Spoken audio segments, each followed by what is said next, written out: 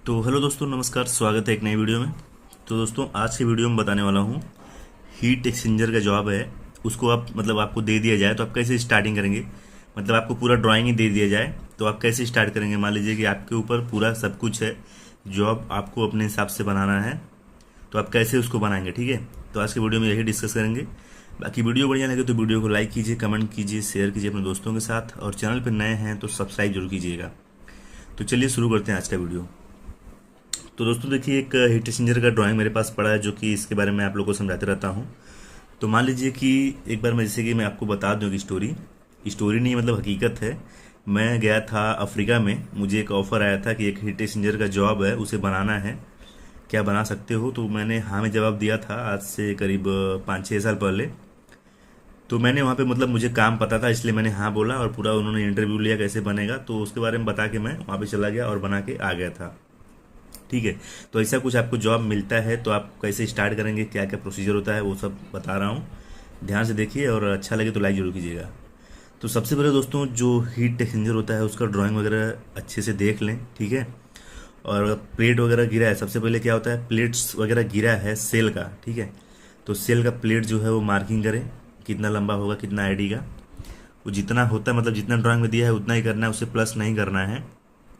वो सब बराबर उसको जो है मार्किंग करें। सेल रोलिंग के लिए चला जाएगा। ठीक है, जितने भी सेल हैं, यहाँ पे देखिए चैनल सेल है, चैनल सेल बोलिए या तो बोनट सेल बोलिए, इसका मार्किंग कीजिए, कटिंग कीजिए, ब्यूलिंग कीजिए, रोलिंग में भेजिए। और ये जो मेन सेल है, इसका जो है मार्किंग, कटिंग, रोलिंग के लिए इसका भी चला जाएगा। प्लस यहाँ पे देखिए ये डिस्क दिया हुआ है, तो डिस्क का जो है टेम्पलेट बना लीजिए। ठीक है, डिस्क का कौन सा डिस्क का कैसे टेम्पलेट बनता है, इसके ऊपर मैंने वीडियो बहुत सारा डाला हुआ है। तो ये डिस्क का टेम्पलेट बना लीजिए, और ब्लैंक डायर निकाल के इसका सर्कल घुमाइए, सर्कल मारिए, उसको कटिंग करिए, और फ्रेश साफ करके टेम्पलेट के साथ प्रेस ऑपरेटर को दे दीजिए, ताकि वो डिस्क बना के आपका दे दे। ठीक है, यहाँ तक तो स्टार्टिंग का काम है। ये सब होने के बाद ये सब फ्लांच वगैरह आपको देख लेना है, कैसा है क्या है, अपने से खुद से बनाना है या फिर मशीनिंग करके आएगा, या फिर रेडीमेड फ्लांच है, कैसा है, वो सब ड्राइंग के हिसाब से देख लेना है। अगर खुद से बनाना है तो प्लेट्स वगैरह दिए रहते हैं, प्लेट्स आपको कटिंग करना है, मशीनिंग करना है, उसके बाद पीसीडी वगैरह मार के, होल मार के बराबर मिल जाता है। तो ये तो हो गया फ्लांच और सेल और डिस्क का बात। ठीक है, उसके बाद अगर सेल आपका रेडी हो गया है, तो आपको उसके बाद जो है नोजल रेडी कर लेना है। ठीक है, नोजल का पाइप वगैरह ड्राइंग के हिसाब से 10-20 mm बड़ा ही कटिंग करना है। उसके बाद फ्लांच वगैरह फिटअप करके उसको भी वेल्डिंग के लिए दे देना है, और जितने भी लूज पार्ट हैं वो सब सारे बना लेने हैं। ठीक है, वो सारे बना लेने हैं। उसके बाद बंडल का भी अगर काम करना है साथ साथ में, तो उसका ट्यूब सीट जो है, ट्यूब सीट का अगर डिटेल आपके पास है, खुद बनाना है, तो उसका भी मैंने वीडियो बनाया, कैसे मार्किंग होता है, क्या क्या ड्राइंग में दिया रहता है, वो सब बना लेना है। अगर रेडीमेड है तो बंडल कैसे तैयार करते हैं, उसके लिए क्या है, एक वाटर लेवल की सहायता से एचबीम लीजिए, एचबीम के ऊपर पूरा असेंबली होता है। तो ये जितना बफल है उसमें कैसे डिग्री के हिसाब से मार्किंग करना है, कितने होल हैं, सब चेक करके ये सब असेंबली कर लेना है। स्पेसर रॉड होता है, टॉय रॉड होता है इसमें। ये सब असेंबली करने के बाद उसमें ट्यूब पहले ही घुसा देना है। ठीक है, यानी कि बंडल जो है सेल के अंदर डालने से पहले बाहर ही उसमें पूरा ट्यूब डाल देना है। डाल के जो भी स्पैंडिंग वगैरह है और वेल्डिंग है वो सब कर लेना है। और ये तो आपका बंडल बन गया इस तरह से। उसके बाद सेल अगर रेडी हो गया, नोजल रेडी है, तो इसका ओरिएंटेशन मार्किंग करें और नोजल लगा लें। नोजल लगा लें, जो भी उसका वो प्रोसीजर है उस कंपनी का, कितना प्लस रखना है, कितना लेवल रखना है या प्लस रखना है, वो सब करने के बाद नोजल हो जाता है, फिटअप चेक हो जाता है। तो अंदर से जो है मैचिंग करके, कटिंग करके, बैकचिप वगैरह वेल्डिंग करके, अंदर से जितने भी वेल्डिंग है सेल के अंदर, ठीक है, जितने भी वेल्डिंग हैं वो सब फ्लश एकदम ग्राइंडिंग होंगे, फ्लैश। ठीक है, एकदम चिकना रहेंगे, प्लेन रहेंगे, वेल्डिंग अंदर नहीं दिखाना है।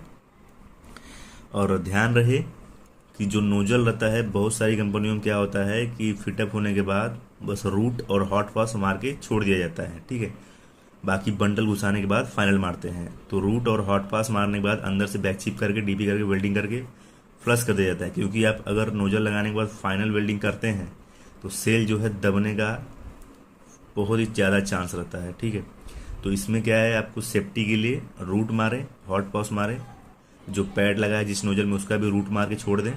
बाकी अंदर से सारे नोजल इसी तरह से करना है, और बाकी कोई भी सपोर्ट लगाना नहीं, जैसे लग सपोर्ट हो गया और सैडल है तो सैडल हो गया, ये सब का वेल्डिंग नहीं करना है, पहले फिटअप भी नहीं करना है।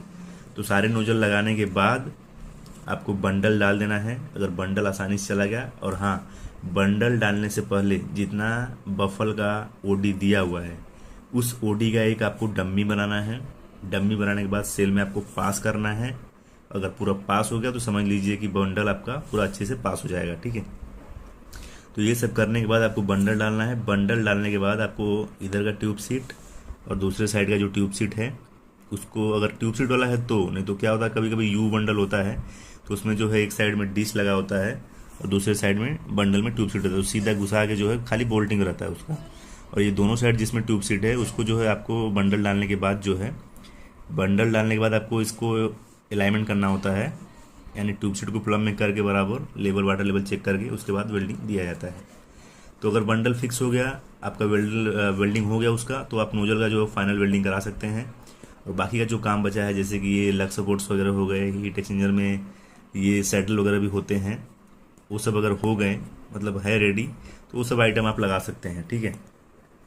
वो सब लगाने के बाद आपको देखिए यहाँ पे साथ साथ में ये सब भी काम आप कर सकते हैं।